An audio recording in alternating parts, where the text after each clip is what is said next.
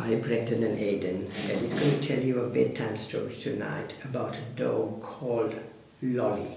Now I'm going to show you Lolly and then I'm going to tell you the story.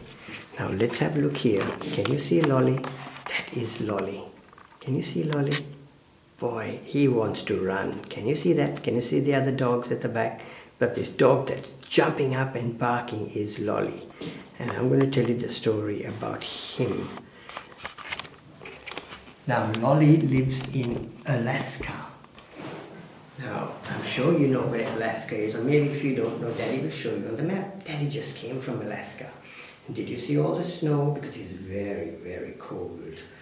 Now, Lolly was one of 10 dogs that pulled our sleighs. So that means they were fast. Because sometimes you can have 2 dogs, 4 dogs, 6 dogs, 8 dogs, and 10 dogs is the max. So we had 10 dogs, and when we were standing on the sleighs, the dogs kept barking and jumping and wanting to go. Now Lolly is not in the front. Lolly was in the middle of the pack because he loved to run. But the lead dog was right up front, and he just stood there waiting for the command when the other dogs were jumping and wanting to run. He likes to run too, the lead dog, but he also listens for commands. So he's a special type of dog. Now these are Huskies, which means they got lots of fur and they don't feel cold in the cold winter. It's got to be very, very, very cold, minus 50 degrees centigrade at least before they start to feel cold. And then if they feel cold, they just run and they get nice and warm. So Dolly was in the middle of the pack and he was jumping and barking and yelping and wanting to go. And once we were all ready, I had my brakes on the sleigh because if not, when the dogs start off, I might fall over backwards. So I had my brakes on the sleigh and I let it go slowly. And as soon as John, now John is the owner, as soon as John said, "Let's go," they started to run. And you know what happened? They stopped barking and there was no noise. And it sounded like this. Isn't that quiet? And because it's snow, the sleigh was just sliding on the snow. And the dogs don't bark when they're running because they like to run. So he ran and ran and ran and stopped for a little while to look at the sunset. And guess what Lolly was doing? He started rolling in the snow because they like to feel cold.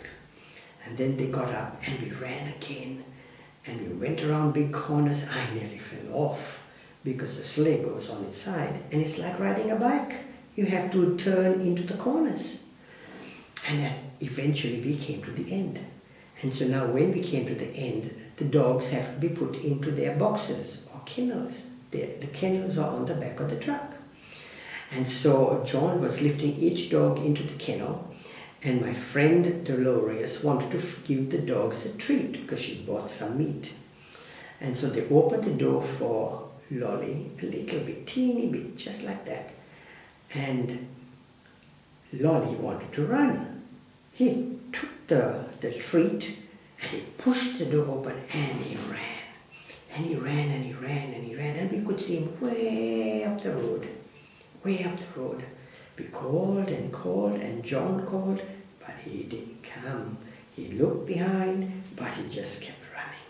Now John was very sad because he might lose a dog, and he trained that dog for 2 years. So that's a long time. And eventually John had to pack up. We had to go back to the hotel, but we kept texting John to see whether he found Lolly. And we left at 6 o'clock. 7 o'clock he wasn't found, 8 o'clock he was missing, 9 o'clock he was missing, 10 o'clock he was missing, 11 o'clock he was missing, and then at 11:30 we got a text message from John saying, "We have found Lolly." Weren't we all happy? Because Lolly just ran and ran and he could have got lost. And John was a good owner because he came back and looked for Lolly, kept driving around the streets, looking for Lolly, and eventually he found Lolly. And Lolly had run and run and run, and it got very dark and very cold. And I'm sure Lolly was happy that he was found by John. John put him back into the cage, and he was safe because he was found by his owner. But he shouldn't have run because he could have got lost. You know, Jesus is like that. Jesus loves us so much that if we get lost or we do something that's naughty, he still loves us. He comes and finds us, and he wants the best for us. And we love Jesus because he loves us too. And isn't that a good story? That Jesus loves us just like that, and he will come and look for us so we can always be safe and with him.